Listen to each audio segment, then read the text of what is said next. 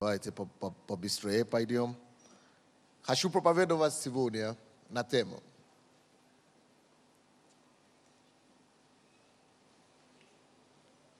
No more yesterday's glory.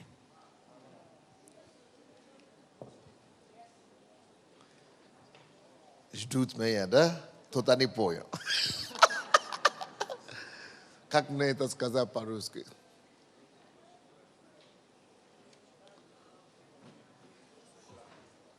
А?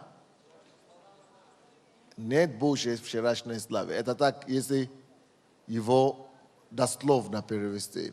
Нет больше вчерашней славы. Но хотел бы по-другому, наверное, его нет прошлой славы. Да.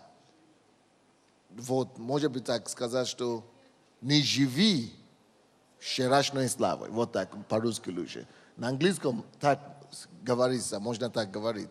Так понятно для англомыслящих. А по-русски лучше так. Не живи, вот, надо сказать, не живи вчерашней славой. Вот. Не живите. Для России это опять апостольская проповедь будет, потому что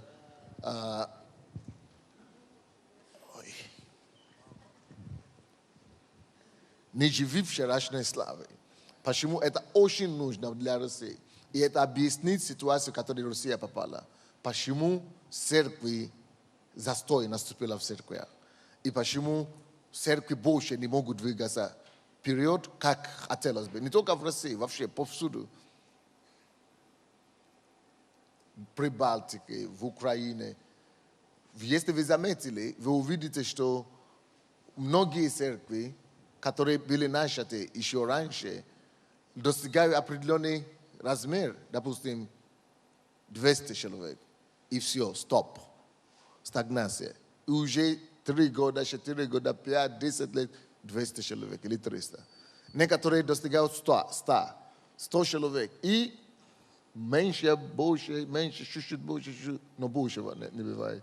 И некоторые другие достигают 1000 человек, или 500 человек, 600, 800, и уже больше не растут. Ну, больше, какой-то застой. Вы заметили, есть такое, бывает?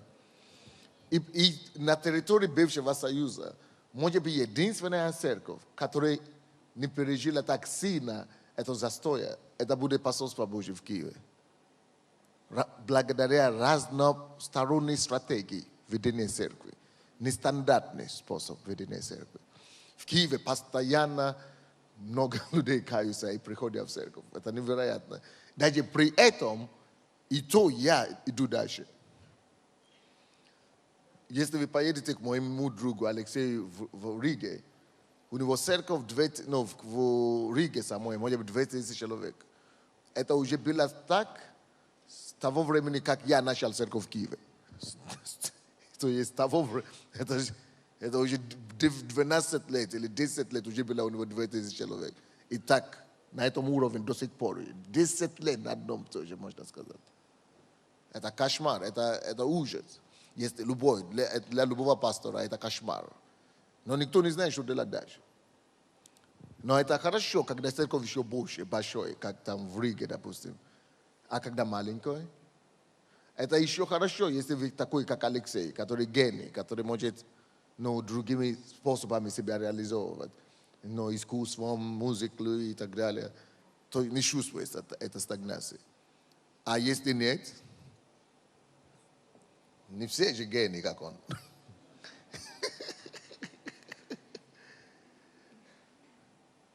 А если в основном вы живете только церковью, и потом бывает еще хуже. У некоторых даже уменьшается, чем было. Это как в Санкт-Петербурге.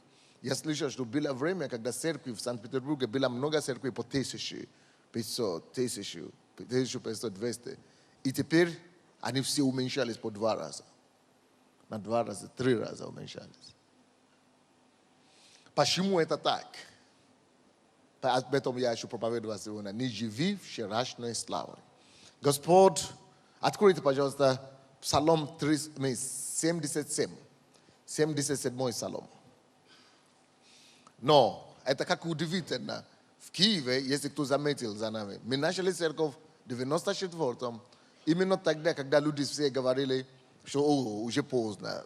94-м уже, как раз в это время люди уже, если вы кто не знает, был бум, когда люди, когда Союз рухнул, и люди начали все приходить в церковь. 89-й, 90-й, 91-й, еще чуть-чуть 92-й. Но уже 93-й, опять уже стоп. Уже это, приход людей массово в церковь остановилось. И поэтому люди, которые уже начали в 93-м году, их церковь уже не так быстро росло, как те, которые 91-й, 90-й год и так далее. А те, которые в 94-м вообще, когда ЕМИ начинали, люди говорят, это уже поздно, это уже бум, это прошел.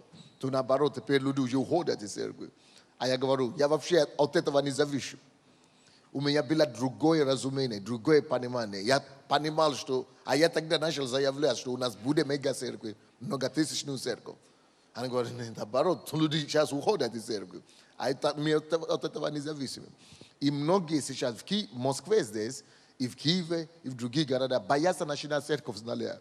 Потому что говорят, уже вообще ушел, это бум, когда люди приходят в церковь. Теперь наоборот, церкви не растут. Но для человека разумного, кто понимает Божьи принципы и стратегии, я, допустим, приеду в любое место, в Америку, Европу, в Киев, в Москву, начинать церковь. За один год, если я в Киеве, мы построили церковь за один год, 1000 человек было. То здесь, на этот раз, в Америке, в Африке, здесь, в Киеве, если я начну еще раз, минимум за год будет 2 или 3 тысячи. Почему? Потому что я знаю, я понимаю некоторые вещи. Поэтому хочу говорить, не живи вчерашней славой. 77-й Псалом, 22 по 33 стихи. 22 по 33 стихи. За то, что не веровали в Бога и не уповали на спасение Его, Он повелел, давайте 23 стиха, я прошу прощения, 23 стиха по 33 стихи.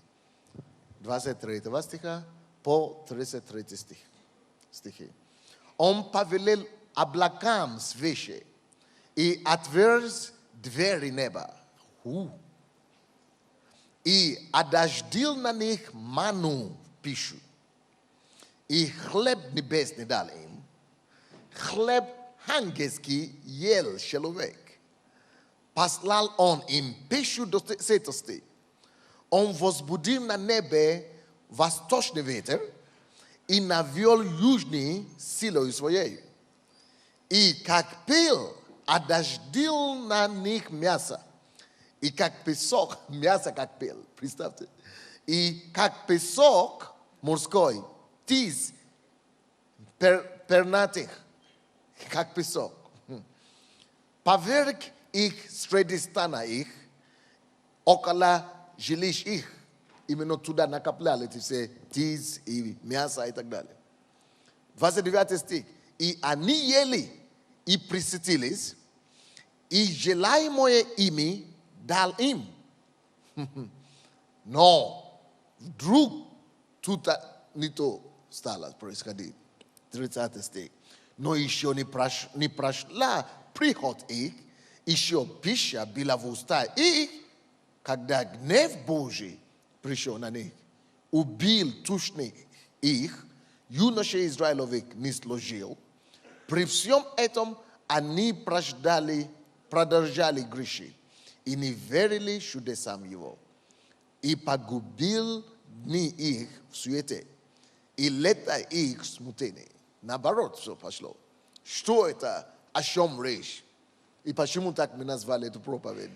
Бог, как мы сказали, не живи вчерашней славе.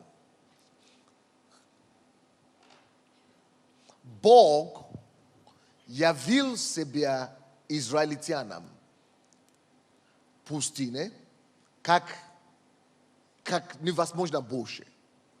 Бог являл себя сильным, всемогущим, спасителем. Он являл себя таким могуществом, что ужас. Он начал это действие его славы с Египта. В Египте он являл себе как бесконкурентного Бога. Видите, какие чудеса, какие язвы он являл, только чтобы закрыл рот фараону, чтобы умолкал фараон, чтобы усмирить его и чтобы вывести своего народа. Бог демонстрировал Израилю, что, слушай, я Бог, и нет другого, кроме меня. И что со мной никто не может спорить. Бог проявил и доказал всем нам и всем поколениям, что нет другого Бога, как Бог Израиля. И что этот Бог не только живой, это Бог, который способен делать, что Он хочет в любое время. И что это Бог может являть любое чудо, мыслимое и немыслимое. Alright. Однако, то есть что он делал? Помните, он однажды, допустим, заплел весь всю страну жабами и покрыл всю страну жабами. Другой раз он превратил все воды, реку Азора, из всей воды в кровь. Другой раз, допустим, он убил всех первенцев врага. Что только он не делал, показывая о том, что все вообще в его руках. Он всемогущий Бог. А потом, когда он вывел их в пустыню, он продолжал еще больше чудеса творить. И поймите меня сюда. Бог являл себя как чудотворный Бог, несмотря на то, что израильтяне не были совершенными. Но то, что меня больше удивило, в том, что Бог делал эти чудеса, и Израиль не надо было молиться, чтобы Бог делал эти чудеса. Вы знаете, он, допустим, кормил их сверхъестественными пищами, едой с неба в протяжении 40 лет. 40 лет. Вы знаете, сколько тонн пищи, еды это? Это ужас. Это каждый день, это 1,5 миллиона человек. Надо кормить каждый день. И столько количества тонн еды посылалось. Каждый день ничего не испортилось. Каждый день новую пищу. Это экономика высшей степени. Но мало того, он еще одевал их. И им не надо было поститься. Им не надо было молиться. Им не надо было искать Бога. Бог просто приходил, чудо творил. Чудеса творил. Он давал им электричество сверхъестественным по ночам. То есть они просто видели, сейчас надо подключить электричество, сбился свет. Допустим, однажды, когда свет отключился в Москве, это был кошмар. Там не надо было беспокоиться о том, что свет выбить и так далее, отключиться. Это было сверхъестественное электричество, проектор. Написано, это как столб с неба, огненный, и который он освещал всех. Никто не был во тьме. Потрясающее познание. Он потом охранял их так и вел их так, что каждый получил мясо, хлеб, манна возле своего дома. Сколько ему надо было. Человек ел ангельские еды. Чудный Бог. Чему я веду? Им не надо было работать и получали все чудеса. Не надо было работать. Им не надо было молиться. И Бог все равно творит такие чудо, что мы, которые молимся сегодня, только можем мечтать об этом. Им не надо было просить у Бога, чтобы он это делал, он все равно делал. Их нужды были у них только в сердце желания, эти нужды были покрытыми, сверхъестественными. Никто не болел. Мы сейчас видим исцеление, мы радуемся. Люди исцелялись автоматически. Расскажи мне о чуде. Вот чудо для тебя. Бог являл такие чудеса в пустыне для Израиля. И Израиль в пустыне назвалась как церковь в пустыне. Это была такая славная церковь. Бог являл себя во всей красе. Но, друзья мои, это была слава. Пустыня. Это была слава египетская. Это была слава пустыни. Но я говорю о том, что не живи вчерашней или прошлой славе. Несмотря на то, насколько велика была эта слава, все эти чудеса, это величайшая слава. Несмотря на все это, что-то произошло с ними. Когда они вошли, только приступили в земли обетованные, в землю Израилевую, Бог убрал эту славу. Тут же, как только что они вступили в землю обетованную, Бог перестал делать все эти чудеса. Он перестал давать им что есть, мясо с неба, он перестал им давать ману с неба, он перестал давать им проектор, света свечи, он перестал им давать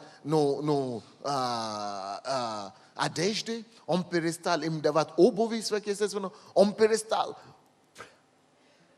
Почему? Как это понять?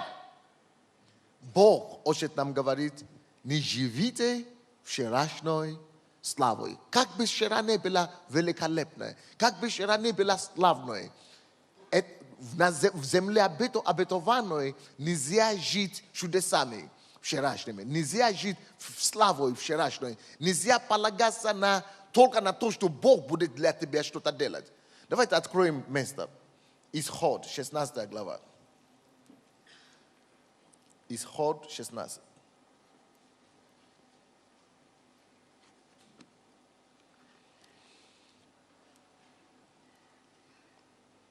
Тридцать пятый стих.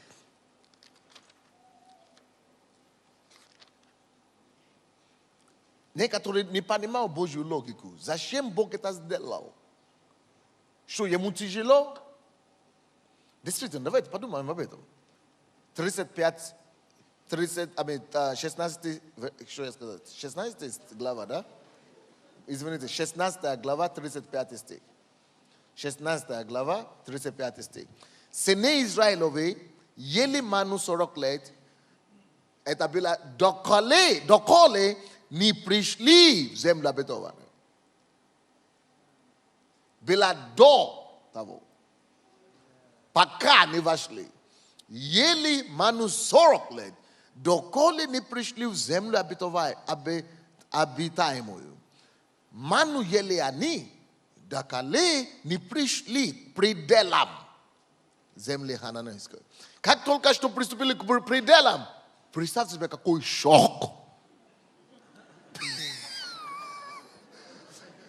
Они же, это же евреи, любят жаловаться. Роптать, любят страшно. Я представляю себе, какие ропоты пошли. Что мы точно теперь уже поняли. Он специально вывел нас, чтобы нас убить.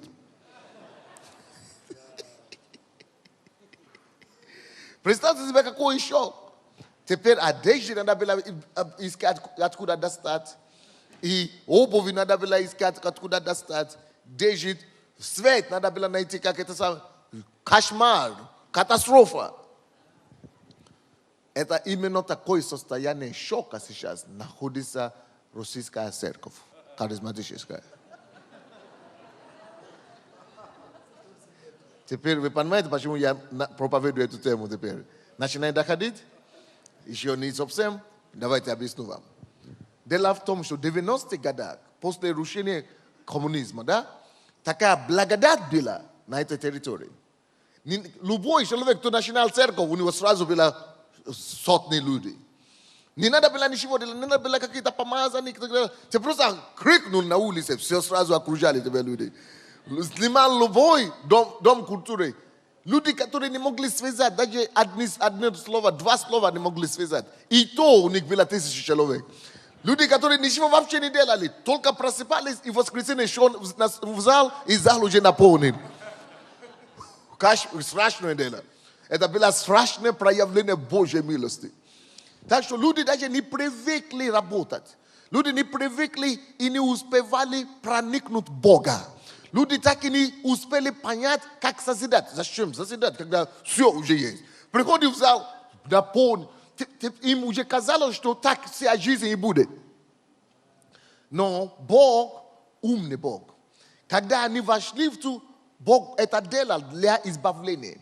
Бог всегда выводит людей из Египта чудесами и знамениями. Бог выводил Россию и бывший Советский Союз именно в эти годы этими чудесами и знамениями, славой невероятной. Но после того, как он уже убедился, что вошли, что он вывел из Египта, что прошлое, что все, вы уже приняли эту благодать, вы уже вошли в свою землю обетованную, вы вошли в свободу, уже есть свобода, уже все, уже как Запад. вы уже все, у вас уже есть свобода, вы уже есть все. Теперь он начинает отойти, отходить потихонечку. Теперь смогут жить и выживут в этом состоянии новое. В этом состоянии свободы, в этом уже новые времена. Только люди, которые успели разобраться в Боге. Только люди, которые, потому что весь Израиль тогда, они только восторжествовали и только восторгались Божьими чудесами. Он говорит, что Израиль и дети Израилевы знали Божьи дела, но они не знали Божий путь. Только Моисей знал Божий путь. Или потом Иисус Навин и Халев пару людей. Но остальные, они только и ждали Божьи чудеса. Они только и надеялись на эти все чудеса и проявления. Но Бог, представьте себе, как только что он увидел, что все, я уже вас вывел, вот так же и с нами. Он Россию, бывший Советский Союз, уже вывел из коммунизма. Коммунизм уже все, это уже прошло. То время, сухой земли уже прошло. Бог знает, что Он уже вывел вас.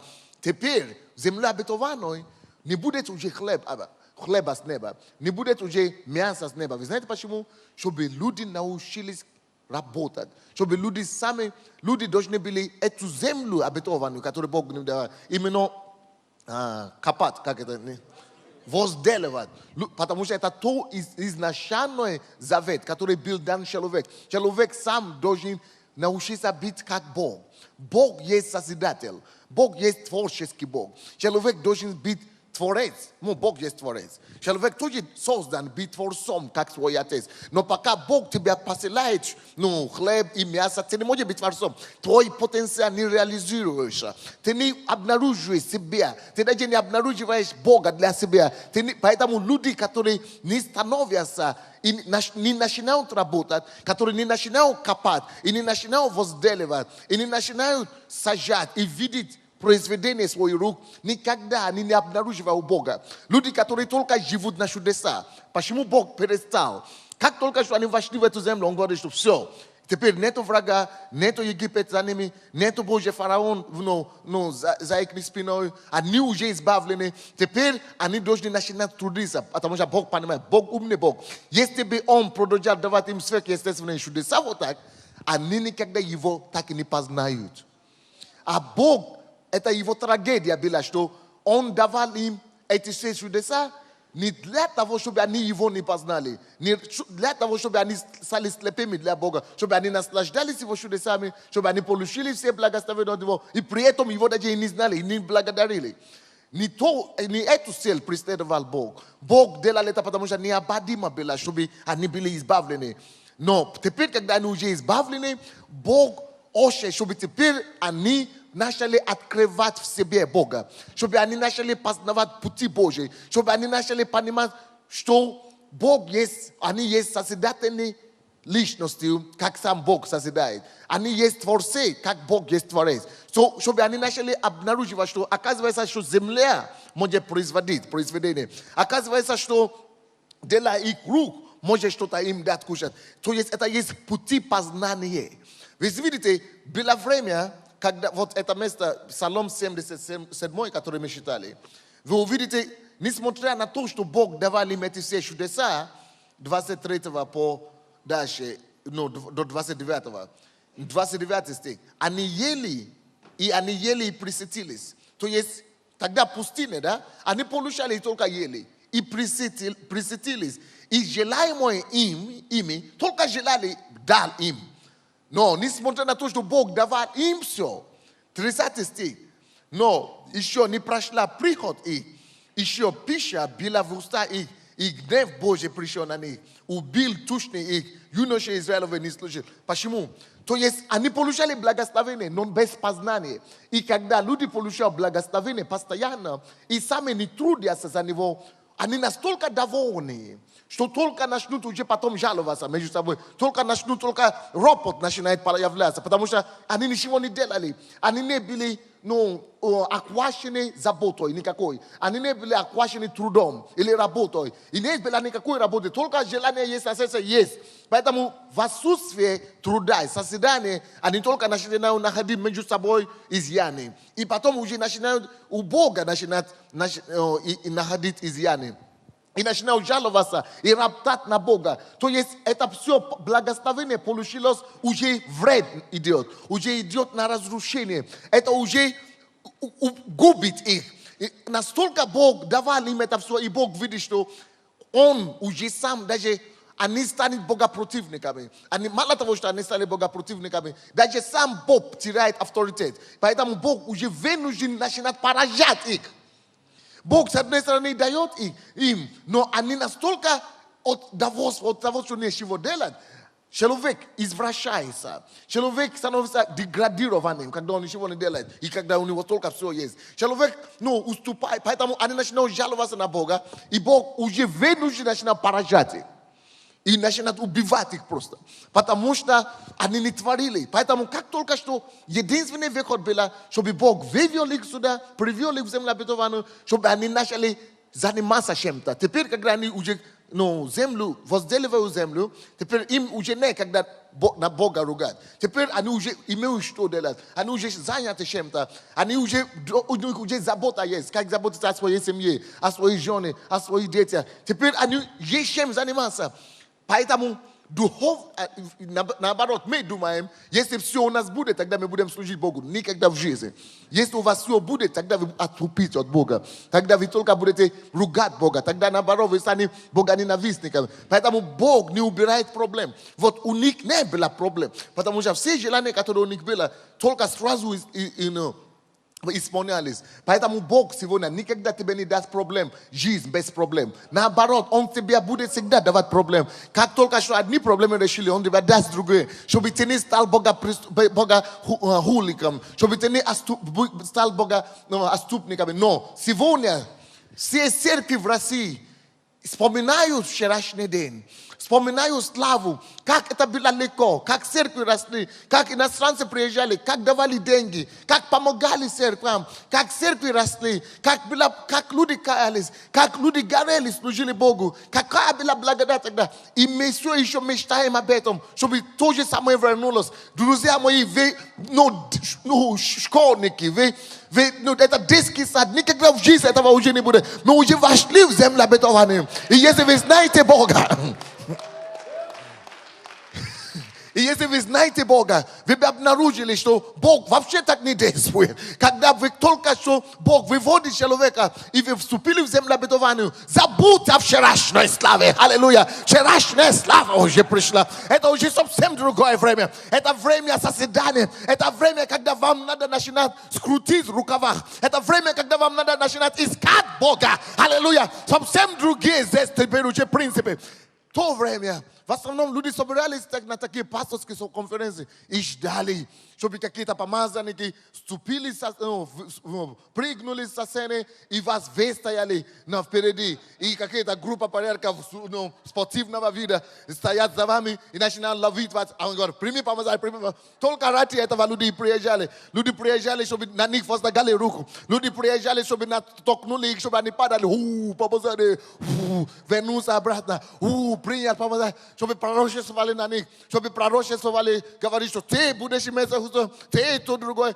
И многие еще в России ждут такие конференции. Это детский сад. И многие спрашивают, почему ты это не делаешь, пастор? Слушай, я понимаю Бога слишком, чтобы повторять вчерашнюю славу. Вчерашняя слава принадлежит вчера. Вчерашняя слава принадлежит Египту. Вчерашняя слава принадлежит пустыне. Но сегодня совсем другие вещи нужны. Сегодня что нужно? Нужно богопознание. Сейчас он говорит, Осия, 6 глава, 6 стих, что мне уже не нужны жертвы ваши. Мне уже не нужны жертвоприношения. Мне нужны уже другие, чтобы познали меня. Потому что богопознание лучше другие, любой жертвы. Аллилуйя. Сейчас что нужно? Они видели его чудеса. Но они, поймите меня, чудеса Вот такие, прими помазание, вот натолкнули. Значит, если ты не падаешь, поставь ногу сзади того, чтобы ты все равно падал. Но и мы думаем, что в этом помазании, слушай, да, может быть, это какое-то помазание на тот период, что-то поможет и так далее. Ты не можешь жить на таких воздушных шариках всю жизнь. Помазание, посмотри, какая сила Бога. Слушай, такие чудеса, поймите меня, чудеса вообще не принадлежат церкви. Чудеса принадлежат, вы знаете, ну, чудеса принадлежат неверующим, и чудеса принадлежат новообращенным. Не мы должны приходить в церковь, чтобы искать чудеса. Наоборот, мы должны выходить из церкви, чтобы раздавать чудеса. Мы должны быть чудотворцами, а не те, которые ищут чудеса. Аллилуйя. Потому что чудеса принадлежат только толпе. Люди, которые не знают Бога еще. Поэтому Израиль, они переживали чудеса, они видели чудеса. Когда вы видите верующие, всякий раз, когда вы видите верующие, которые бегут за чудесами, ищут, знайте, что они слепые. Они еще младенцы, они еще маленькие. Потому что это как Израиль. Они видели Божьи чудеса, они видели Божьи дела, они восторгали эти дела Божьи, они переживали эти чудеса. Они одеты 40 лет, и при этом еще жалуются. Они кормились маной, ангельскими едами. И то, это даже не помогло им познать Бога. Потому что чудеса никогда тебе не помогают. Твои мысли не растут. Твои мысли не укрепляются от того, что ты ничего не делаешь. От того, что ты просто сидишь, тебе мана падает, и ты только становишься наоборот деградированным. Твои мысли становятся атрофированными, наоборот. Они не укрепляются из-за этого. Поэтому, несмотря на все изобилие чудес, которые Бог привез в Израиль, они жаловались, когда определенные проблемы возникали. Как только что они ели, они живут в чудесах, прямо в чудесах живут. Но как только какая-то проблема, они начинают ругать Бога, наезжать на Бога, наезжать на Моисея, потому что чудеса это не помогло им познать Бога. Но только Моисей знал Бога, потому что он платил цену, аллилуйя. Он искал Бога, аллилуйя. Поэтому в это время, это совсем другая церковь. И вот люди все строили церкви на те чудеса. Чтобы только делали крусейд, только делали объявления, только наклеили какие-то афиши, и уже церковь набита. Сейчас уже не пойдет такое. Это уже совсем другое время. Если ты будешь так строить церковь, ничего не пойдет, никто не придет. И ты начинаешь разочароваться. Нет, надо другое. Надо совсем другие принципы. Поэтому я и говорил, что это время, когда мы должны научить другие, эти пасторы, которые были, вывести их в церкви, делать эти курсы интенсивные для них, научить их понять, какое новое движение. Это совсем другие правила нужны. И по-другому нужно строить понимание церкви, чтобы церковь росла. Если тогда те церкви 90-х годов были строены на то, вот такие чудеса, помазания, ура, приезжали гости, иностранцы раздавали что-то, то тут это совсем уже другое время, это другая эпоха. И это эпоха, которой Бог помог нам войти в Киев. Почему мы могли, наоборот, когда церковь уже не растут, наоборот, когда все уже успокоилось, мы могли вообще войти в сцену, на сцену, начинать церковь вообще по-другому, по-новому, и все равно растем. Не сразу, сразу так, 1000 человек за один день и так далее, евангелизация, крусейд, нет, по другим принципам. И строить постепенно и стабильно всегда расти. Почему? Потому что это уже познание. Это уже познание. Теперь это совсем другая эпоха. Но все русские пасторы нужно собрать и дать им понять, какие же эти принципы. Нужно уже научить их понять, что теперь церковь строится по принципам. Теперь церковь строится по стратегиям. Теперь строится, если раньше мы ждем крусейд, евангелизации, теперь уже не пойдет такое. Что теперь нужно будет? Надо им теперь научить, надо теперь научить их стратегии. Научиться получить стратегию от Бога. Если раньше даже не надо было молиться особо, спал, проснулся в воскресенье, пришел в церковь полный, то теперь совсем другое дело. Что теперь нужно? Бога познать. Если тогда было дела Божьи, сам Бог действовал. Теперь это совсем другое время, когда нужно уводить вас и учить эти пасторы познавать Бога. Это время, когда нужно знать, они говорили, что дети Израилевы знали Божьи дела, но они не знали Божьи пути. Это теперь время, когда нужно начинать обучать этим пасторам Божьим путям. Потому что когда вы будете знать Божьи пути, вы знаете, каким путем Он идет, какой дорогой Он пошел. И тогда они смогут идти за Богом, потому что они знают пути Божьи. А когда вы только знали дела Божьи, вы только чудеса ждете. И только когда чудо происходит, тогда вы просыпаетесь. А те, которые знают пути Божьи, они знают, какими путями идти, чтобы принести Его чудеса и Его славу. И это совсем другое время. Это время, когда мы должны обучать этим пасторам эти пути Божьи. Это время Божьего познания. Поэтому мы начинаем делать ударение не на то, что шумные конференции, аппаратура. Вы посмотрите, какая аппаратура крутая, какие песни крутые. Я смотрю, как вы пели вчера, прославление и так далее. Все было здорово. Но я вам скажу одно. Когда вы пели гимн российский, она была даже для меня более помазанной, чем все ваши эти все прославления и так далее. Почему? Потому что совсем другое. Это уже не то, традиция уже не пойдет. Уже не пойдет, что надо вот петь, прославление. Поэтому мы по-другому вообще понимаем. Иногда можно петь, иногда вообще можно не петь.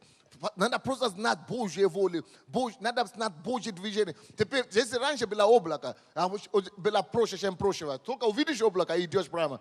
Теперь вообще уже не пойдет это. Не надо никакого уже облака. Куда теперь идти? Надо знать его пути. О, это уже страшно. Теперь это то, что время другое. Поэтому я и говорю, что эти все школы должны быть сотворены на то, чтобы знать Божьи другие. Как теперь строить церковь? Как теперь ходить за Богом?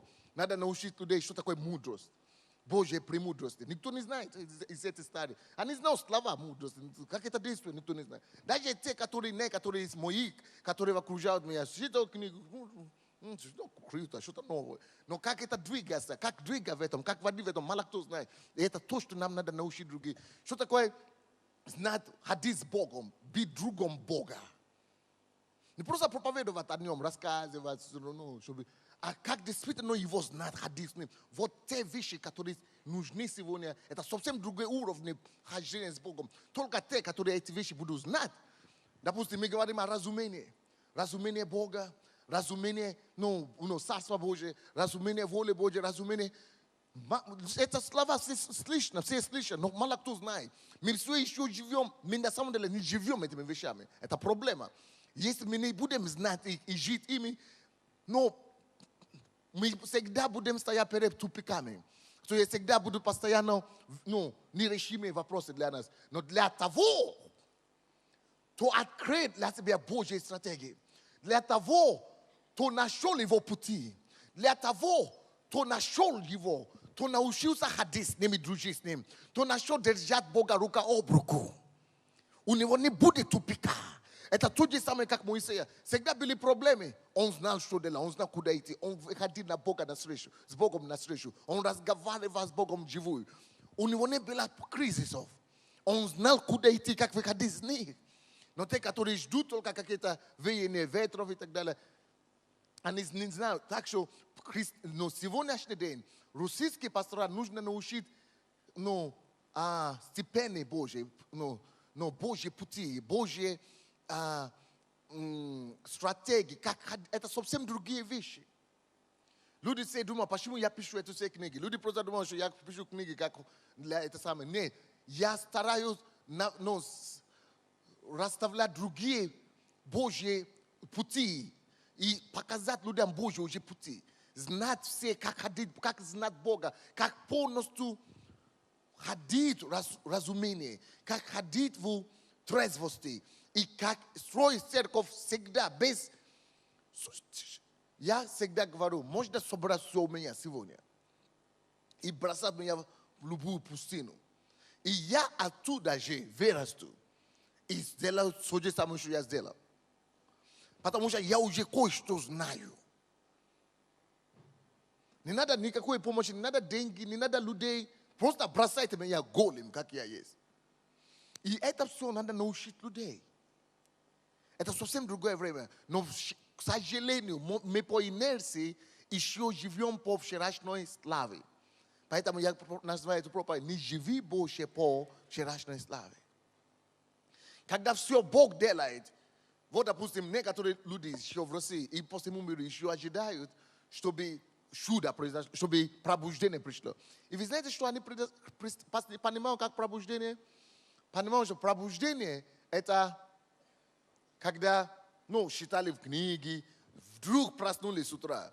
I drug, света наша двигаться по городу, и все начали бежать в церковь. Это сказка. Конечно, такое бывает иногда, но это такое бывает один раз в 1000 лет. Ну, не 1000, ну 200 лет, 300 лет. Ты умрешь, это ты не доживешь. Брось это вообще, покорни себе. А есть совсем другое пробуждение. Пробуждение, которое приходит или приносят людей, которые знают Божьи пути. Которые не ждут, чтобы Дух Святой просто пришел, накрыл город и страна, и все начали каяться, и плакать, и бежать в церковь. Сами по себе. Ты ничего не сделаешь, ты сам удивлен, говоришь, о, Боже, сейчас я, да, Бог пришел, аллилуйя. Это все тупость, ну, пробуждение. Потому что такое пробуждение, которое ты не планировал, ты не знал, как пришел, ты так и не будешь знать, как ушел, как ушло. Ты не знал, как она пришла, ты не будешь знать, когда она уйдет, и как его удержать, и вообще, что с ним делать.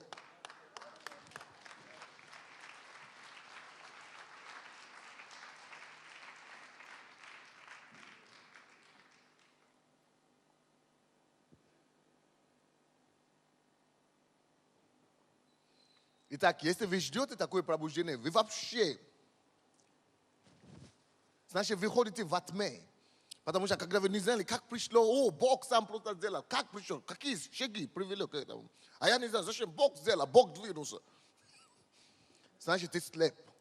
А тебе Иисус и говорил, слепые вожди, которые сами слепые и ведут еще друг. Вы не знаете как, а я знаю как, что ожидать, что будет когда. И я не хочу такое пробуждение. Я молю Богу, Господь, не принесли такое пробуждение в Украину. Я хочу такое пробуждение, когда я знаю, что будет. Запланированное, благодаря познанию Бога. Я знаю, что когда я сделаю то, по принципам Бога, то есть Бог, Он не какая-то загадка. Бог не какая-то тайна, которая можно Бога знать. Поэтому Он открывает нам Его волю. Поэтому Он приходит, открывая себя нам. Чтобы мы Его познали. Бог прогнозировать можно Бога, как это иногда, по Его путям. Он дает нам Его пути, Его принципы, чтобы мы могли ходить, чтобы наши глаза открылись. Когда наши глаза открыты, мы тогда можем ходить по Его путям и знать, что ожидать. Непонятно вам? Он всегда может делать больше, чем мы будем ожидать. Делать больше, чем мы просим, но по крайней мере мы знаем, куда мы идем. Но когда вы просто знаете такие чудеса, вы просто вы не знаете, что будет, но я ищу Твое лицо, Господь, я не знаю, что будет, Господь, мы молимся, Господь, о, что-то будет, и ты думаешь, что-то будет конкретно. Это ерунда. Я, допустим, всегда знаю, я знаю Бога, я знаю Его принципы, я знаю Его пути, я знаю, что делать, чтобы, даже если не будет какой-то сверх, не надо, чтобы был сверх, я даже не нуждаюсь в этом. Я знаю, что по минимуму будет у меня такой результат. Потому что я Его знаю Его слово, я знаю Его принципы. Действую по этим принципам, точно будет у меня определенные вот такие результаты. А потом Он добавит и умножит это больше, чем я думал, но это уже Его слава. Но как минимум я всегда знаю, на что рассчитываю. Потому что я Его знаю. Я знаю, как ходить с Ним. Я знаю, что Он от меня ожидает. Я знаю, как делать это. Я знаю, как людей двигать в это. Я знаю, что иметь. Прогнозованные результаты. А? Да, прогнозированные хождение с Богом. Вы думаете, а с чего тогда, вы думаете, нельзя Бога прогнозировать, нельзя знать, что Он будет делать. Слушай, зачем тогда Он дал нам Библию вообще? Зачем Он все эти тетради, эти все страницы себе описал? Чтобы мы оставались в тьме, чтобы мы вообще ничего не поняли, чтобы мы просто вот так ходили, и бах, падали, и бах. Он дал нам это все, написано, все то, что открыто нам, принадлежит нам и детям нашим. И проблема церкви сегодня в том, что мы просто знаем какой-то кусок, берем какой-то кусок и начинаем это делать, а потом другой кусок, а потом другой. Мало кто видит общую картину, видят Бога, ходят с Богом, спокойно, целенаправленно, осознанно. Это проблема церкви.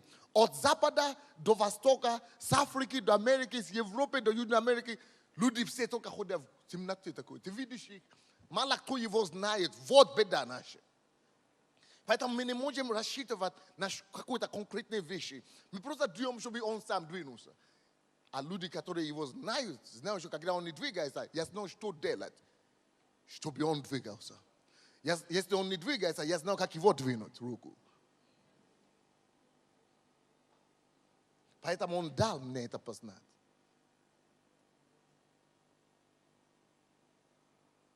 Итак, люди, которые ждут, поэтому я и говорил вам, если вы будете ждать, чтобы люди прибежали в церкви других вам, новые церкви, которые начинаются, как все начинают церковь, да?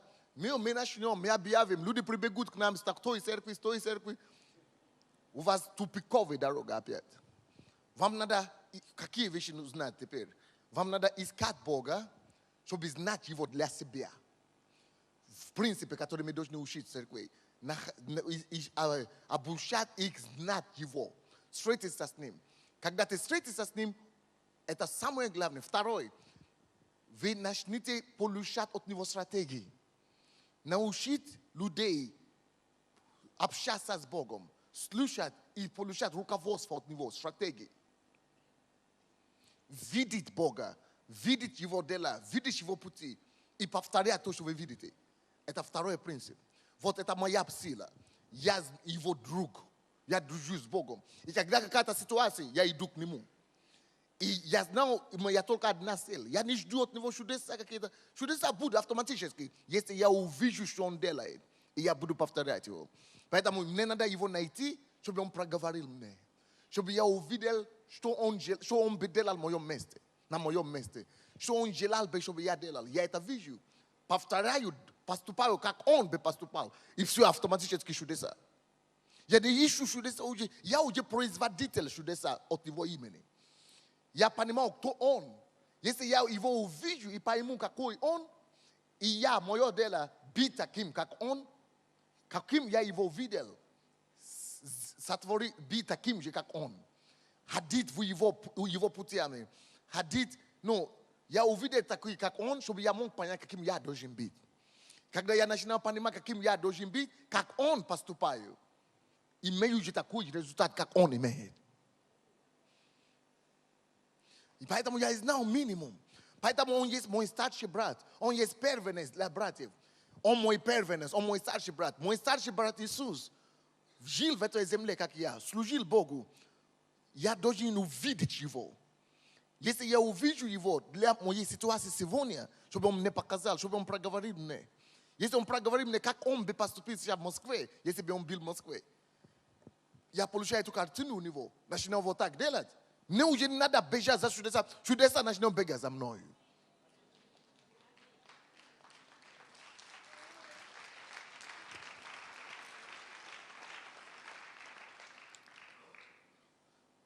Поэтому все эти чудеса и прекратились, когда они вошли туда. Бог хочет, чтобы они Его познали. Чтобы они начали своими руками творить что-то. Чтобы они начали созидать, как Он есть созидатель. Создатель и созидал вещи. Чтобы они начали творить. Чтобы они начали думать головой. Чтобы они начали видеть Его волю. Чтобы они начали вместе с Ним рука об руку ходить. Чтобы они начали быть соработником с Богом. Бог работник, я вместе с Ним соединен, мы соработники с Ним. Чтобы мы могли ходить с Ним вместе. Чтобы я мог полагаться на Него, на Его советы. Чтобы я не полагался, что, в Киеве делаю рэп-центр. Если я сделаю рэп-центр, у меня тоже будет. Там делаю проставление такое, кричать. Если я буду кричать, буду. Это уже не будет иметь значения для меня. Я уже не полагаю ни на методы, ни на такт, какие-то копирования, ни на какие-то чужд. Нет, я знаю Его. Я Его держу за руку. Он мне говорит, зачем тебе рэп-центр, зачем тебе сделай вообще такое? Поэтому когда я молился за вас, я услышал, это Альфа-центр. Я говорю, слава Богу, что вы сделали. So есть другие ждут, чтобы кто-то прибежал, чтобы карусель какой-то делал, чтобы кто-то делал. А Бог вам вот такое сказал. Сделайте так. А потом надо завтра опять слушать, что Он скажет. Он может завтра сказать, вообще не делай больше. Делай вообще другое. Поэтому вот ключ. Я хожу с Ним, я соработник с Ним. Он главный партнер, Он главный работник, я с Ним партнер. Я должен видеть, что Он делает, что Он говорит, что Он делал. И повторять это же. Поэтому ты всегда может быть уверен, что куда ты идешь. А что касается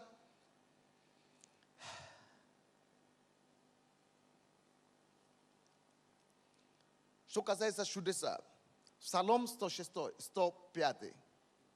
105 Псалом. 7 стих. Это то, что я уже сказал. Отцы наши в Египте не уразумели чудес его, в твоих. Видите, чудеса были. Но мало кто знает, зачем чудеса. Вот, допустим, в нашей церкви я не приглашал евангелистов. Вы удивитесь. Почему я не приглашал евангелистов в церковь к нам? Потому что евангелисты не для церкви.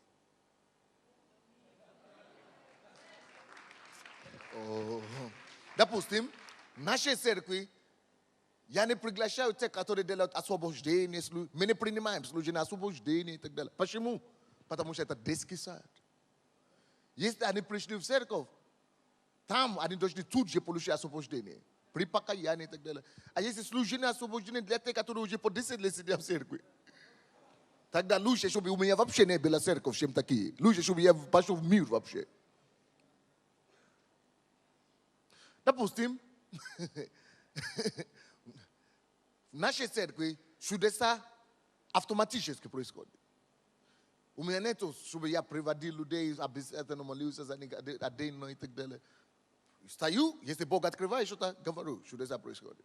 Если Он не открывает, я ожидаю, чтобы люди ходили в чудеса сверхъестественно. Мы не представляем. Некоторые церкви сидят с утра до вечера, это чудо такое произошло, это чудо. 3 часа и только их рассказывают. Слушай, надо научить людей пути Божьей, как познать Бога, чтобы они больше не удивлялись от чудес.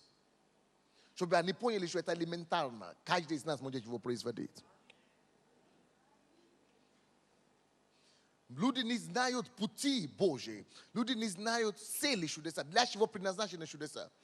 Написано, давайте я это прочту до конца сначала. 105, 7 стих. Отцы наши в Египте не уразумели чудес его, не помнили множество милости твоих и возмутились у моря, у Черного моря. Они получили столько чудес и все равно возмущались. А это слово возмущались, это то же самое, как роптались. Они все равно роптали, несмотря на все чудес. О чем речь идет? Слушайте, чудеса, речь идет о том, что чудеса принадлежат только детям. Чудеса не для церкви. Чудеса для евангелистов, для верующих, чтобы мы покорили неверующих, чтобы мы удивляли чудеса, чтобы люди удивляли знамения, чтобы творить знамения для неверующих, чтобы неверующие изумлялись и удивлялись, что Бог может такое делать, и пришли в церковь. Но когда люди уже приходят в церковь, мы должны их учить совсем другое, не чудеса. Мы должны теперь учить их творить чудеса. И чтобы они познали, уразумели Бога, Его пути, чтобы они сами могли стать носителями чудеса. Вы не поняли меня? Чудеса поэтому для мира, чудеса для неверующих или для новообращенных, но верующие учение, укоренение, искание воли Божьей, познание Бога, Его пути. Вот чем церковь должна была заниматься. Поэтому и написано 1 Коринфянам, 14 глава. 1 Коринфянам, 14. Поэтому все чудеса, русские в церкви собираются. Аллилуйя, я вижу нам твои чудеса, Господь, аллилуйя. Бог, ты чудотворен, аллилуйя. Да, будет сегодня исцеление, аллилуйя, будет сегодня. Это не дело церкви. Это проявление юношества, отрочества церкви. Люди не поняли. Люди думают, почему я пишу столько книг? Почему я постоянно учу столько кассет, сколько учения? Я хочу поднимать поколение людей, которые так знают Бога, которые становятся товарищами Бога, и которые знают, что все возможно для них, и которые выходят из церкви и чувствуют, Що вся планета под ногой їхньої. Под ногами їхніми. Люди, которые ничего не страшно. Люди, которые знают Бога настолько, что никакая сила не пугает их. Люди, которые не просто приходят в церковь, чтобы быть здесь князьями и царями в церкви, а никто в миру.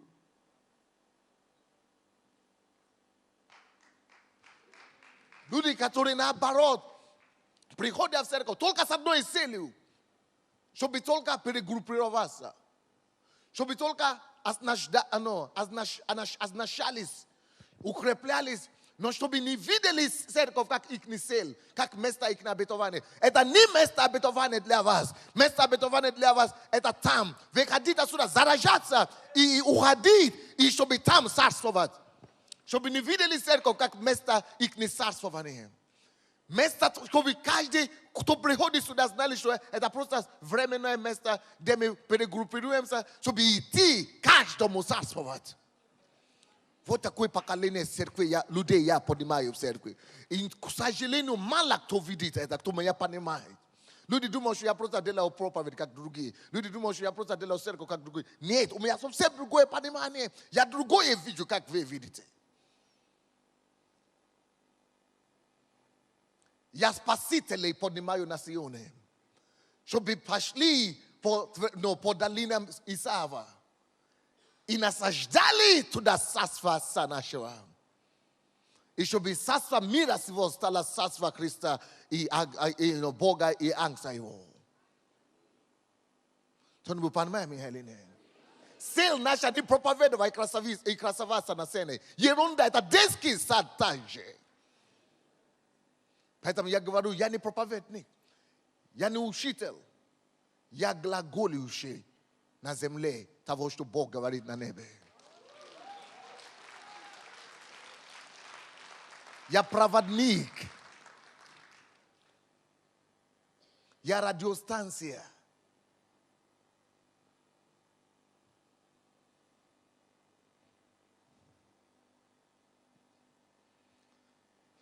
Первое Коринфянам, 14 глава, 20 стих.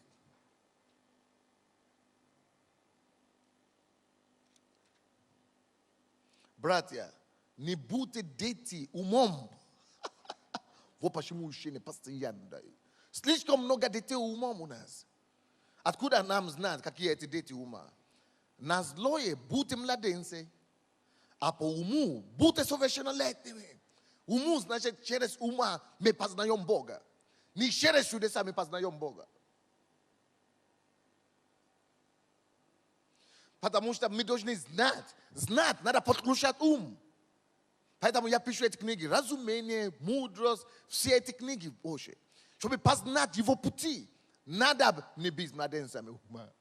22 стих этого же местописания. 22. Итак, языки, что такое чудеса? Для чего чудеса? Теперь послушайте. Итак, языки суть знамения не для верующих. Скажите, не для верующих. Чудеса не для верующих. Не слышу вас. Еще раз. Чудеса не для верующих.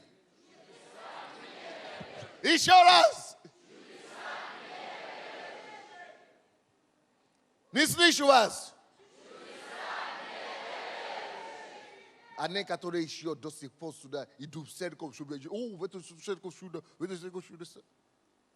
Вот почему, пускай там лежит.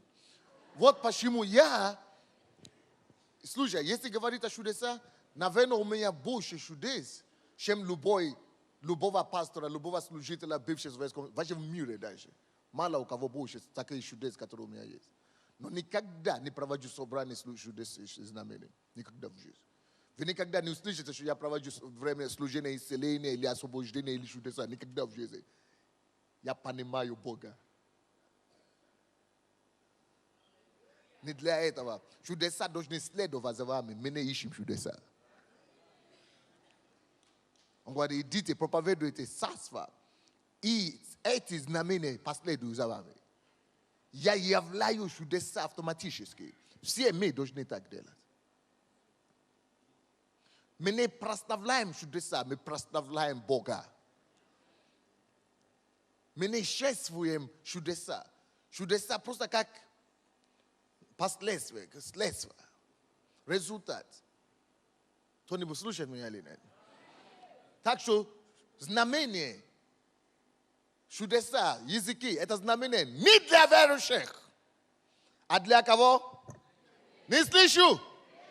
Не слышу. Неверующих. Для неверующих чудеса.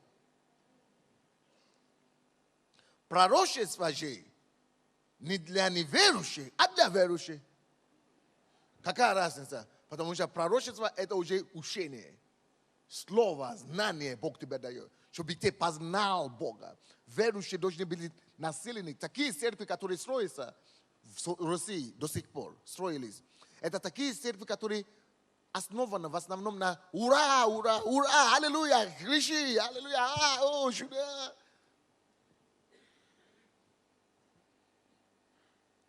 А это должна быть церкви, которые взрослые по уму. То есть, когда люди только приходят в церковь, я тоже делаю чудеса, я тоже говорю, я тоже делаю чудеса. Но это либо для неверующих, для новообращенных, или для людей, где церковь находится на очень низком уровне. Могу приходить в другие церкви, только чудеса буду делать, потому что они на уровне младенца. Но когда я прихожу к себе, я совсем по-другому себя веду. И люди, и младенцы думают, чего он не делает чудеса опять, чего он не делает, мы ждем, потому что младенцы. А я-то понимаю, что взрослые должны в церкви, поэтому Иисус, он ходил делать чудеса и знамения, да, повсюду. Но когда он вошел в синагогу, он ушел. Потому что надо в синагоге показать пути Божьи.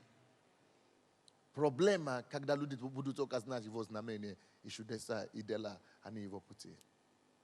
Кто-нибудь понимает меня сегодня или нет? Именно об этом евреям. Откройте Евреям, 5 глава.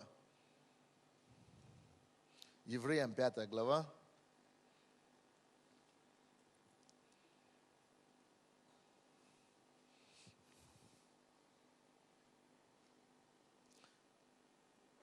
С 12 стиха. Ибо, судя по времени, вам надлежно быть уже кем? Учителями. Но вас снова нужно учить первым началом Слова Божьего. Вот на уровне, который церковь сейчас находится. Проблема. Все эти люди, которые сидят у нас в церквях, мы уже должны были выпускать их давно, чтобы они стали покорителями народов. А мы еще кормим их детскими самыми.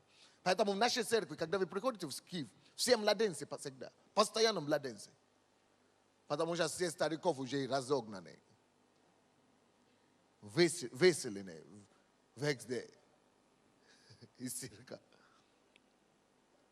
Но вас снова нужно учить первым началом Слова Божьего. И для вас нужно молоко, а не твердая пища. Всякий, питаемый молоком, не сведущ Слово правды. Проблема наша. Церкви наши наполнены несведущими людьми. Мы питаемся вчерашней славой. Потому что он младенец. Твердая же пища свойственна совершенным, у которой чувства навыков приучены к различению добра и зла. Разве это не здорово? Итак, давайте вернемся к Псалом 77.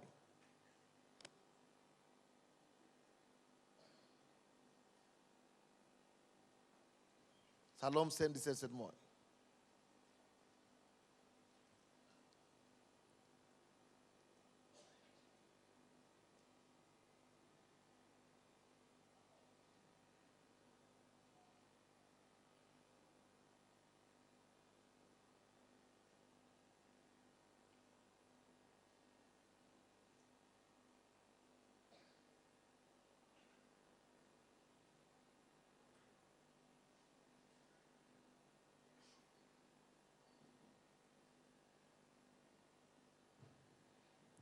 Будем читать 31 стиха.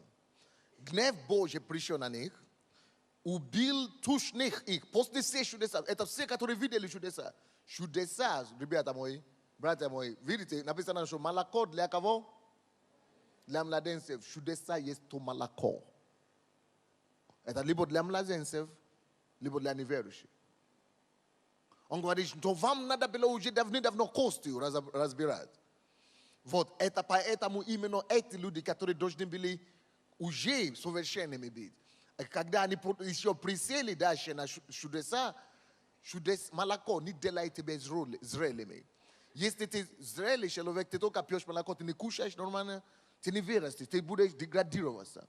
Поэтому Бог пришел, они, интересный стих, но еще не прошла приход их, потому что когда ты питаешься молоко постоянно, у тебя прихоти, детский ужас. Вы знаете, сколько таких церквей полны такими людьми, которые приходами разными питаются. Поэтому делятся, церковь разделяются, то бунтуют и так далее. Люди удивляются, почему мы 12 лет церкви в Киеве, ни один раз у нас не было разделения церкви или бунт. Никогда в жизни. Почему? Люди думают, что это только благодать. Нет, это называется разумение. Премудрость его зовут, премудрость. Потому что мы строим церковь совсем по разным принципам. Люди не понимают, почему, какая разница, почему все церкви в Украине, там, где 3 украинца, 2 пана, 2 господина, то есть 2 царя, а? Да, 2 атамана, там, где 3. Поэтому постоянно делятся, разделение постоянно. Но не только не у нас церковь. У нас самая большая церковь в стране, все равно ни одного еще разделения за 12 лет. Страшное дело. Как? Премудро строить этот дом. Ни эмоция, ни крики, ни молоком.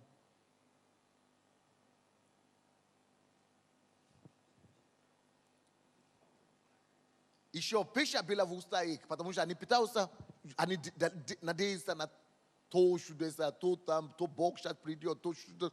Вместе разумение. Людям не дают конкретное разумение, что делать со своей жизнью, куда идти, куда они призваны, как им состояться, кто ведет. Дай им осознание этого. Определи их на место. 31 стих. Гнев Божий пришел на них, убил тучных их юношей Израиловых, не служил. При всем этом они продолжали грешить. И не верили чудесам его. Люди, которые только чудеса питаются эмоциями, знамениями и так далее. Чудеса не останавливают грех в стане. Чудеса не делают людей святыми. Только учение, разумение это делает. Чудеса не останавливает, не делает так, чтобы люди верили, не дает веру. Чудеса может давать вдохновение, что ты можешь кричать и так далее. И после этого некоторые вообще отпадают от Бога, после этих чудес. Только познание Бога укореняет национы.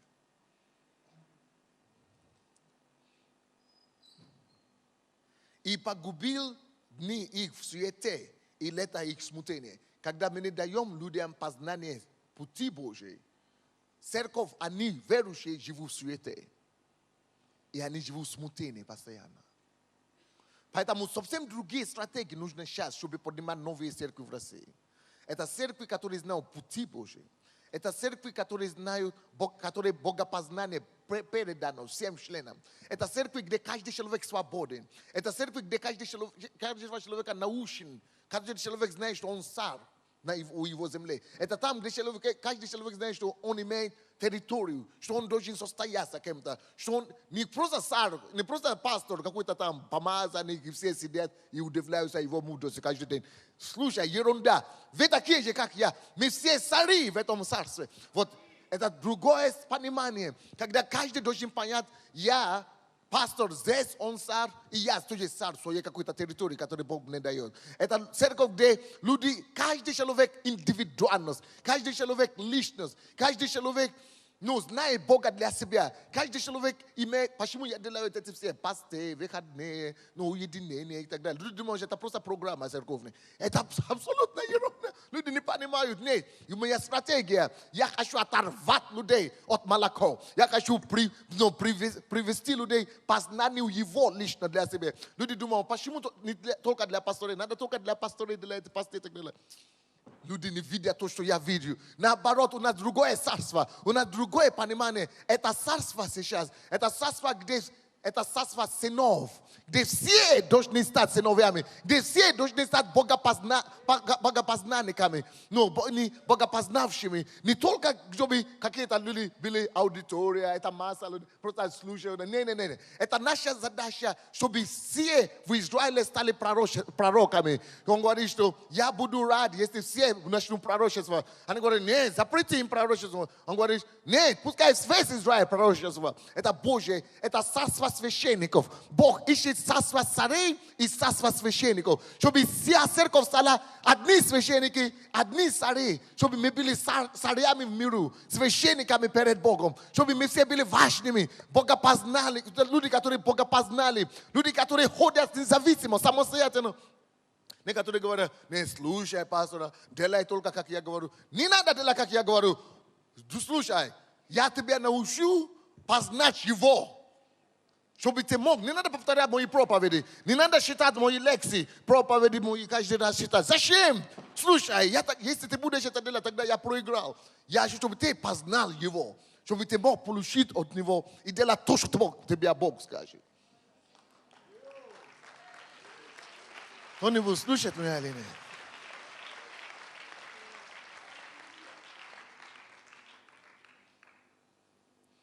Поэтому, когда Бог нашел, создать человека, Бытие 2:15, он поместил его в Эдемском саду и говорит, твори, как я творец. Поэтому, когда они вошли в землю израильскую, обетованную, он прекратил чудеса. Человек сам должен начинать творить. Также пробуждение.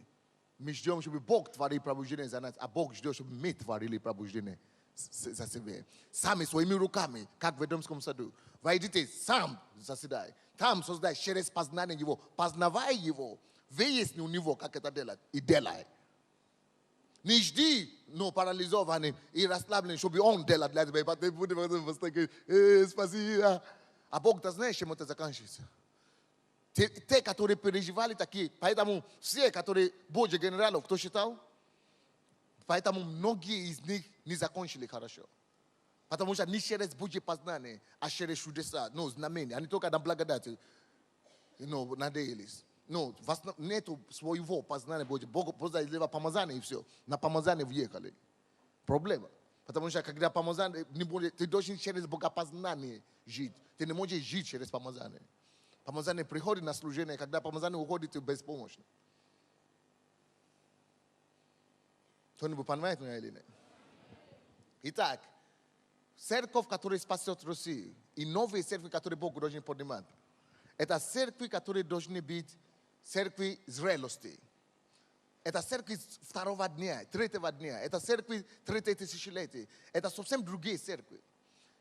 Слушайте, зрелости в духе происходит не через знамения, как я уже сказал. Знамение принадлежит кому? Детей или неверующим.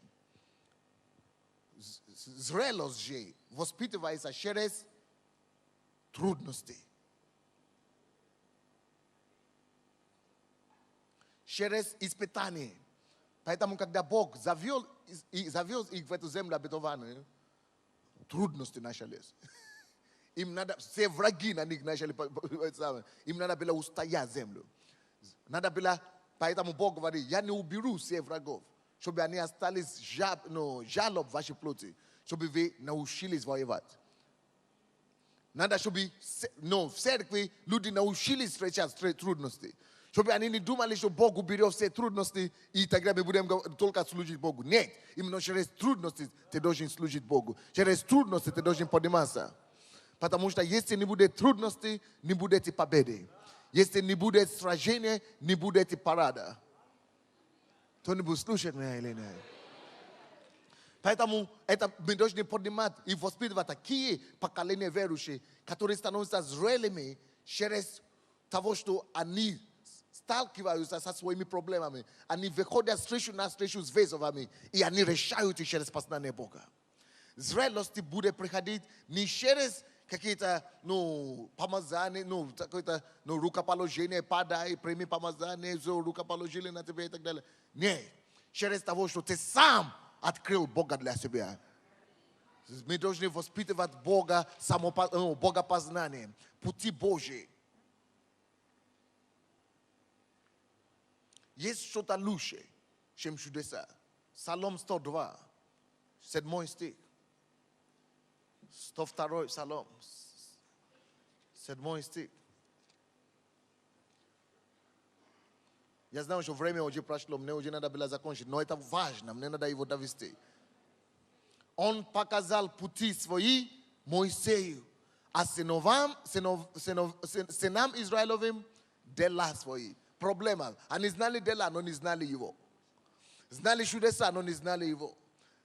Нам надо поднимать поколение людей, которые будут бить себя в грудь, что я его знаю. Что он мой друг. Что я хожу с Богом. Не просто те, которые только от служения к служению живут. Не только от конференции к конференции живут. Но люди, которые каждый день сами, даже если церковь все закроется, они все равно будут ходить с Богом. Аллилуйя.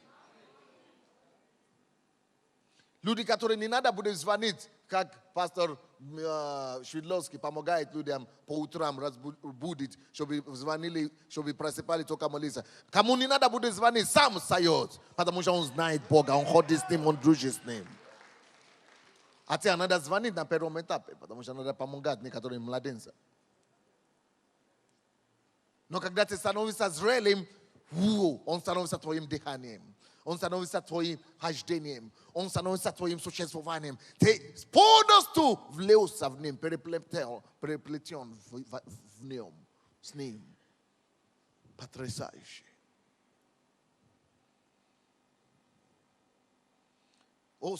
Осия 6:6.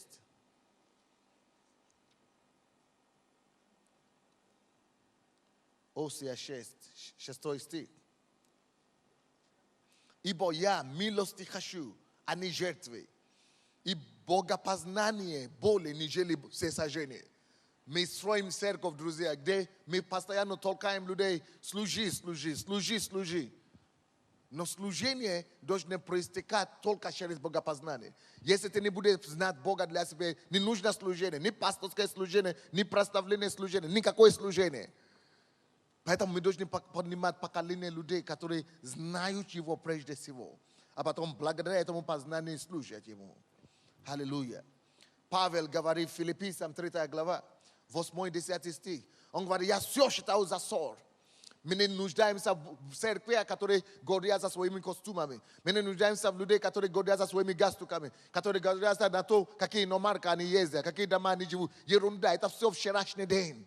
Мы больше не будем гордиться маной. Мы больше не будем гордиться птицами, которые падают возле нашего дома. Мы должны начинать гордиться одного, чтобы познал Его. Одного только еще, лишь бы познать Его.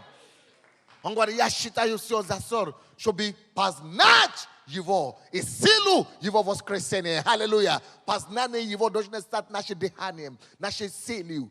Это наша цель, это должно стать нашей целью. Цель наша уже не состояться. Цель наша не стать фарисеем, который все знал в обществе и приветствует. Нет, он был фарисеем. Его не все знали, но он считает это за ссор. Мы должны поднимать поколение людей, которые считают успех за ссор. Ерунда успех. Миллионы это ссор. Это популярность это ссор. Это ничего не значит для меня лично. Я не плевать на популярность, не плевать на успех, не плевать на большую церковь. Это все ерунда для меня. У меня другая жизнь. Я живу познанием Его. У меня только одно цель. Познать Его и явить Его миру. Аллилуйя. И мы должны поднимать такое поколение людей. Это совсем другая церковь. Вот эта церковь изменит страну и покорит народ. А те, он использовал чудеса. Но чтобы покорить народов, но у него совсем другие были цели, чтобы его достичь, как он достиг его. Аллилуйя. Иисус Навин, 5 глава, 12 стих.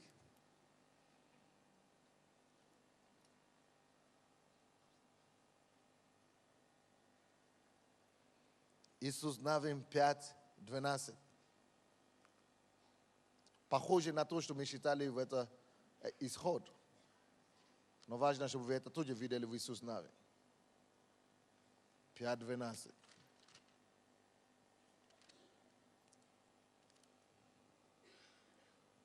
a maana perestala padat na drugoj den. Na kakoj den? Ni slishu. Ni slishu. Asobe não vê maladia pastoral que vou me do capalogili se vona. Vê prevekli. Što vi prihodite v cerkov suda i всё сразу.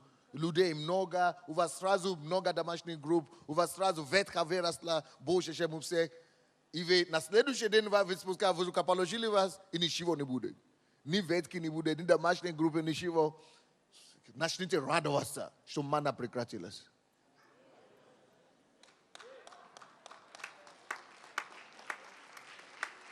То раньше у вас какие-то благословения, может быть, были, пашот, люди уважали вас. Надо, чтобы это все ушло.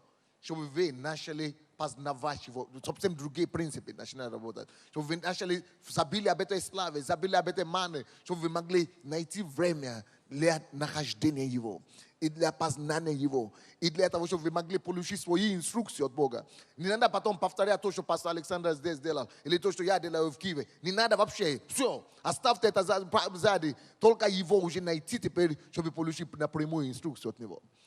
А мана перестала падать. Некоторые люди начинают жаловаться на свои пасторы, что нас послали туда, нас не заботятся, за нами не ухаживают, наши, это самое, как не памперс, нас не меняют, нас послали, за нами памперс не ухаживают.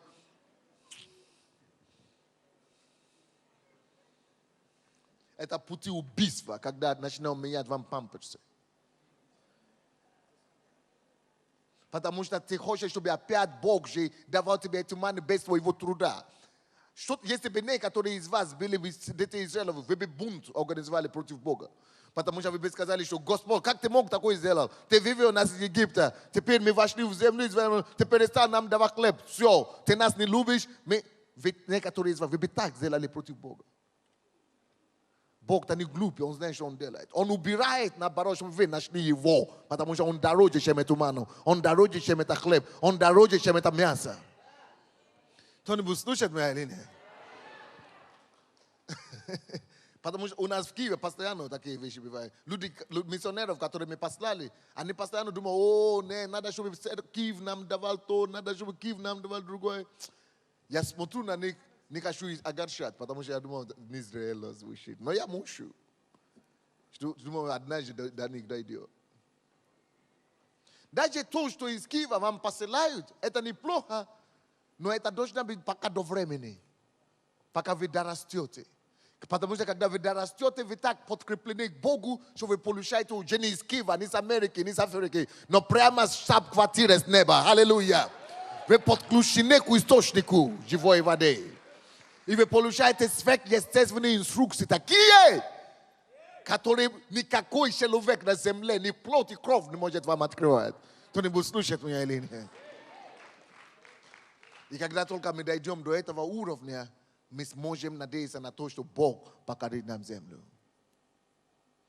А мана перестала падать на другой день после того, как они стали есть произведение земли. Это произведение чего? Уже не произведение неба, уже не мана, уже не мясо. Произведение земли. Кто его должны производить? Они сами должны были взращивать его. Страшное дело. Они должны чистить траву. Они должны создать земледение. Они должны вообще сделать все. И не было боли маны у сынов Израилевых. Но они ели тот год произведение земли. Она сказала, Бог хочет, чтобы у тебя были произведения дела рук твой. Бог хочет, чтобы ты увидел Бога в трех измерениях. Бог хочет, чтобы ты увидел Бога через человека, через твоего пастора, который тебе явил его. Это хорошо. Но Бог не хочет, чтобы ты перестал видеть Бога через человека, который тебе явил его. Бог хочет, чтобы ты увидел Бога для себя через его слово. Через откровение. Но Бог не хочет, чтобы ты остановился там. Бог не хочет, чтобы ты только увидел Бога через человека другого, через слово его. Бог хочет, чтобы ты еще сам увидел Бога через себя. Действующий в тебе. desfrute через тебя. Поэтому он хочет, чтобы у тебя были произведения, которые делают твою руку, чтобы ты видел, что Бог через тебя уже действует. Не которые ожидают чудеса, они увидели Бога через кого-то и хотят остановиться на этом уровне. Чтобы кто-то всегда делал чудеса для них. А некоторые видели Бога через церковь или через Писание, они остановились на этом уровне. Поэтому только на церковь надеются, идут в церковь и так далее. А Бог ждет самое главное, чтобы через них произведение Бога все Божьи милости, все Божьи чудеса, чтобы они начали видеть Бога действующего через них. Поэтому Бог стал человеком. Чтобы Бог теперь был явлен через человека. Это цель его, чтобы мы все были богоявителями. Вот почему мана иногда будет прекращаться. Чтобы Бог мог являться через тебя лично. Кто-нибудь слушает меня или нет? Вот почему, когда апостолы говорят, они говорят, чтобы познать его. Это единственная наша цель теперь. Вот почему, когда мы читаем Библию, он говорит, что все водимые Духом Божьим, суд Сыновей Божьей. Это те, которые уже, пока вы еще не сами самостоятельно не водимы Дух, вы только дети. А дети никогда не могут быть господинами и наследниками. Они не отличаются от рабов, пока не станут сыновьями. Только сыновьям Бог доверяет руководство и господство на земле. Только сыновья могут сами наследовать планеты. Поэтому Бог ждет и толкает вас, чтобы вы выросли и стали сыновьями. Как знать, когда вы достигнете уровня, когда вы получаете инструкцию от Него, вы уже настолько привыкли к навыке Его голосом и Его вождением, что Он может доверять вам, что вы будете слушать, что Он будет вам говорить, и вы будете всегда, вы сможете быть Его представителем на самом деле. Кто-нибудь слушает меня или нет? Он говорит, что слово стало плотью и ходило среди нас, и тьма не могла объять его. Бог ждет, чтобы слова, которые мы слышали, чтобы они не просто остались в нашей голове, чтобы мы стали ходящие плоти словом, чтобы слово это стало плотью для нас и в нас, чтобы мы начали являть Бога, чтобы люди прикасались к нам, и чтобы этим самым они прикасались к Богу. Чтобы люди видели нас все и видели, что да, мы Бога явители. Слово стало плотью в Иисуса, поэтому он являл Бога. Это его мечта для каждого из нас. Он не хочет, чтобы мы стали оставились на той уровне, когда только один пастор являет Бога, и мы все приходим и аплодируем ему и говорим, о, да, чудный Бог. Те, которые вот так восхищаются только манами и чудесами в пустыне, они в пустыне погибают. Они никогда не выходят оттуда. Они будут есть, пока они едут, Бог поражает их. Потому что они только знали дела. А Бог ждет, чтобы они знали пути, чтобы они могли утвердить дела его на земле. Только те, которые знали пути, утверждают дела. А те, которые знают только дела, они никогда не выходят из пустыни. Церковь российская, новое время для вас, новая возможность. Пусть это слово станет плотью в вас, чтобы мы перестали жить вчерашней славой, чтобы мы теперь стали сами носителями его славы. Будьте благословенны.